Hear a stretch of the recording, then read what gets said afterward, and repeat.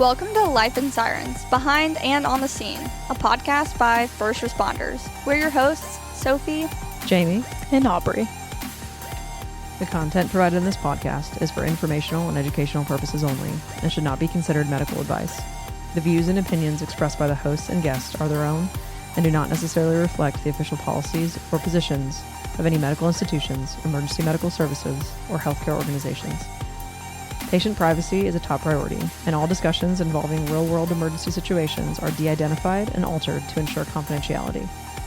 Always consult with a qualified healthcare professional or your local EMS protocols before making any decisions regarding patient care or medical practices. Listener discretion is advised, as some topics may include discussions of real-world emergency situations.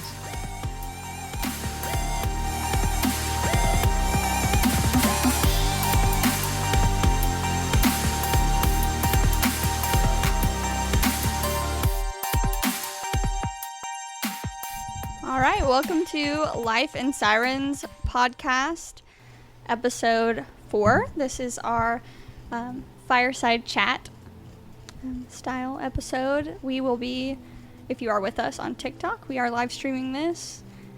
So let's get into it.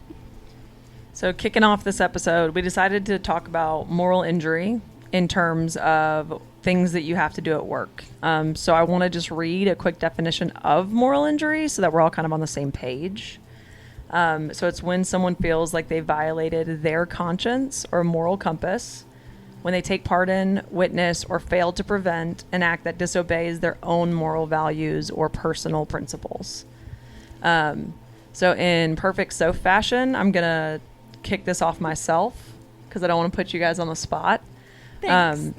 One time, like times in our career that I feel like I experience moral injury is times that we respond to behaviorals where people have self-harmed but have no intention of suicide. So when they use inflicting pain on themselves as a coping mechanism, but they're not suicidal. In a lot of systems, they don't have it set up in a way that you can have them talk to their resources, have them tell you if they have a plan or not to like mitigate this behavior. Most places just look at it really black and white. Like this is clearly self-mutilating behavior, which means that you have to be transported. I have a really hard time with that because I just don't feel like the ER is the best place for a 14-year-old girl that felt like she had no other options, so she cut herself. I just have such a hard time being like, I'm going to take you to this adult ER where you will receive probably not a lot of good resources. It's not a good place for you, but I have to because that's what our system says we have to do. Right. Like, is that truly the safest place? Is that the safest next move? Right. And is that a move that's going to make them feel safe? And I almost always feel like the answer is no. And so to look at them, the moral injury for me happens when I have to look at them and say, I know that this is not the best thing for you, but this is what we have to do. So let's just get through it together. And that is just brutal. Especially because you know that the secondary injury that can cause for that patient, let's say that they find themselves in a situation down the road where they are having SI, are they going to be likely to reach out for help then? Because they already know the road that's going to take them down. Probably not. Right. And there's a moment where you just have to do that because their physical safety is what's most important. But there are so many more in-between moments where there's way more appropriate resources. And I just have such a hard time looking them in their eyes and being like, this will help. Because it probably won't. Because it probably won't. I think that perfectly illustrates how messed up our mental health system is, how our emergency medicine system is, because the ER really is no help. It's just a place to isolate you and keep you from unaliving yourself. Yeah, from physical harm. Correct. And the ER, like the poor ERs too, they're not set up. It's not their fault. They're also not set up well for mental health care. Right. It's kind of become like the dumping ground for anyone that is unruly or that you don't know what to do with between PD. Absolutely. And everybody. So, it's like we don't know what to do next, so I guess we'll go to the ER. Go there. Right. But that's the moment that I experienced the most moral injury, where I have the most trouble on shift, really kind of justifying the position that I'm in. And in that position of power that just feels icky at that point. What, Obs, do you have a moral injury that really just like, it just does not feel right to you? Actually, I wanted to say a little something more about that. Yeah. I think that, like you said, we do have a big mental health problem in dealing with mental health, like as far as having appropriate resources. But I think another thing that I feel like is very morally compromising on the EMS side is that there are places that you can walk into that are not ERs to be able to seek mental health, and that is like their whole specific purpose. But then they still call 911 to be transported to the emergency room. And to me, that just makes no sense. Like, why do we have complete separate entities that this is their whole job, but yet you still have to go through this loophole? And I get like the whole medical clearance and all of that to an extent. Absolutely. Like, why do we not have a system set up where you can be a behavioral health clinic, but you can also medically clear your patients if they do not have, like, if someone clearly goes and is complaining of chest pain, that's a different situation. But if someone just needs to be like run-of-the-mill medically cleared so they can be a resident in your facility, why are there not steps within that system to bypass the ER? Well, we have plenty in our region that are standalone behavioral health hospitals. I would love to know what's preventing, like, and maybe this is different in other states. Very true. I'm hoping it is. Why, as emergency medical services, are we not allowed to transport to those places? Correct. Why are we not allowed? It's a hospital. Can there not be an emergency room at, like, if your only complaint is this, and why cannot labs be drawn? Why can we not do these things at that facility? Why do we not have a behavioral health emergency department? Correct.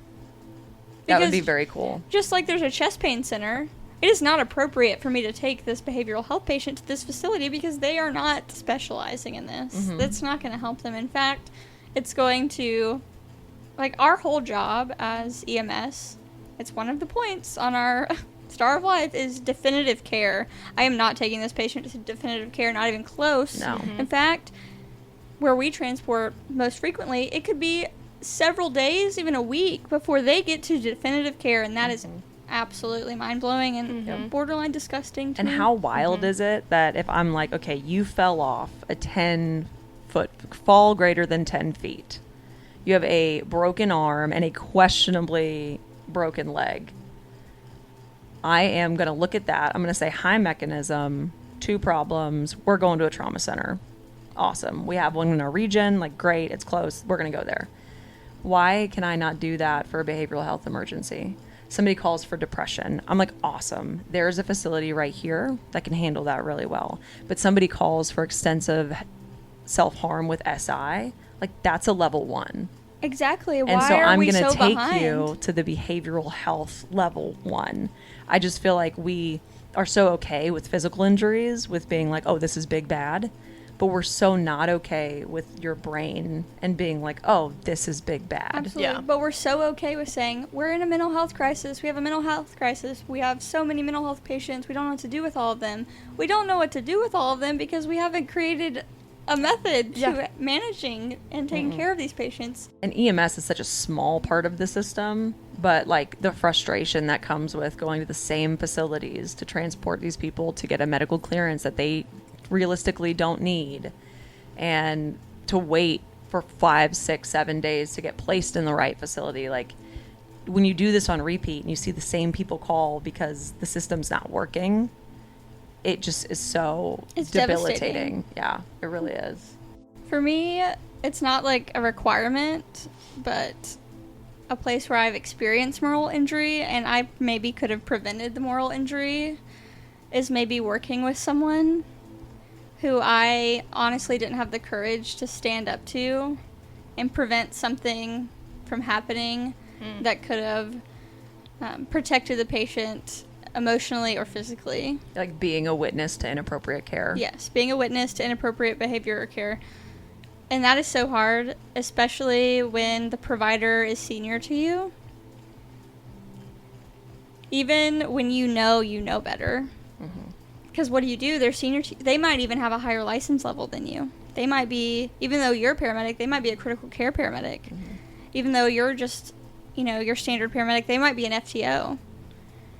And then what are you left with? Obviously, there's still an obligation, and then when it comes down to it, if you were to go to court or to the state, they would say, well, why didn't you do anything? And I have to live with a lot of that, and I think about a lot of those scenarios often. Why didn't you have the courage to stand up to that? Absolutely. And that's terrifying. And those scenarios and situations, they don't think about the social implications of those things, like the social pressure to follow your hierarchy in your service is really difficult to get around sometimes. And even though I know I should speak up, I know that what they're doing is not right. And there's a difference between this is immediately going to harm somebody, or I just feel like your behavior is inappropriate. It's not so nice. Things like that. It's really hard to say, like, hey, you need to sit this one out. It's taken me many, many years to get to that point, and I finally have, and actually very recently have been able to stand up to other providers on the scene. Even like the EMT firefighter that's their captain. That took a lot for me to be able to do, to be like, I need you to stop talking because you're being wildly disrespectful to my patient. I need you to be patient, and if you're not going to be patient, I need you to leave the scene. That has happened to me, and they still gave me a hard time after. This is a bit off topic, but have y'all ever found yourselves in a position where you are apologizing for correcting bad behavior just in order to smooth things over so that you can continue to go to work, like, synergistically? Absolutely.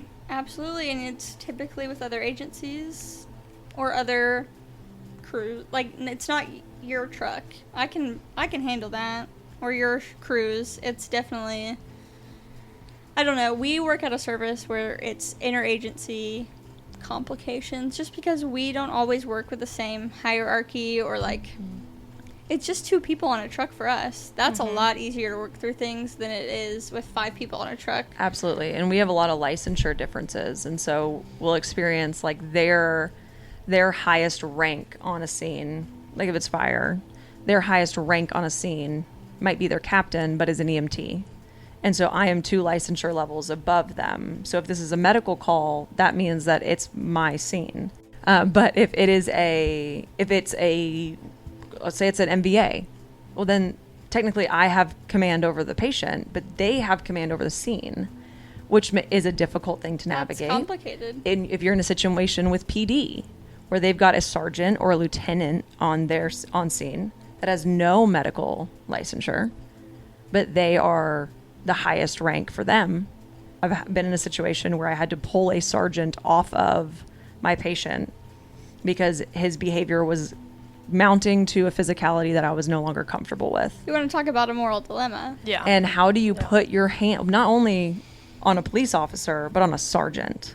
And I'm lucky enough that there were other officers on that scene that know my moral character and that what I was doing was truly what I thought was right. I think that's one of the scariest situations I've yet to be in, where it's just like, you just are so helpless, but like, what do you do? What do you do? It was a moment that I was like really scared.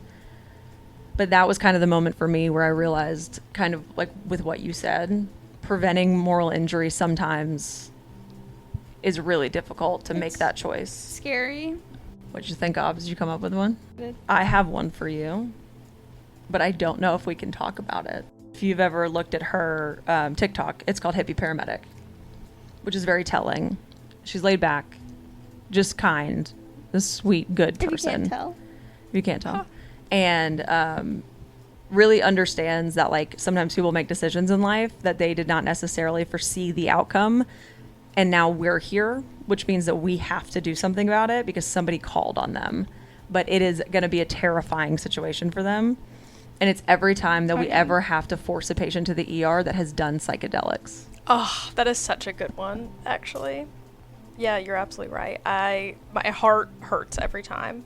But, like, they're not alert and oriented, so you have to. But it does hurt my soul. Yeah, it's every rough. time. Every time that they There's so are much on a gray bad area, trip, yeah. and you know that, like, if their friend just wouldn't have called, they would have been home, and it would wear off, and they would stay safe. But now that we're there, we so clearly cannot leave them. Yeah. You are backed into a corner at that point, but yes. Yeah. I feel like for you, that is the system. like, you know, you have to do it, but it hurts your soul so bad. It does. That and forcing anybody over the age of 80 to do literally anything. Oh, yeah. Honestly. It literally hurts me so bad. Do you remember So that bad. one time with Austin? That's all I'm going to say. Yes, yes, I do. That's all I can say, really. We'll convene after this. Yeah. It is so specific that there's just It no really way. is. But that poor man, he has gotten beat up by more meemaws and peepaws. Oh, really, though? I Austin, know. Yeah, because really has. he also has that where it's like forcing a granny or a papaw to do anything that they don't want to. Is I mean, just they've like, lived their life. That's what I'm They saying. have. I Heart-wrenching. feel like they've really put in the time that I have no right to be telling you what to Yes, do. that's what. Sir, yes, sir. I think it's hard enough in this career to wrap things up that to avoid any kind of moral dilemmas and injury as it is. So I think policy reform is a big deal, and I think that hiding behind, I think we dump people at the ER often because we have to protect ourselves from liability in the form of policy, and that is something that needs to change in the form of protocols and medical direction. There you have it. That is the conclusion for our fireside chat for episode number 4. Thank you for listening. And if you feel so inclined, visit us on our additional socials: YouTube, Instagram, TikTok, and Apple Podcasts.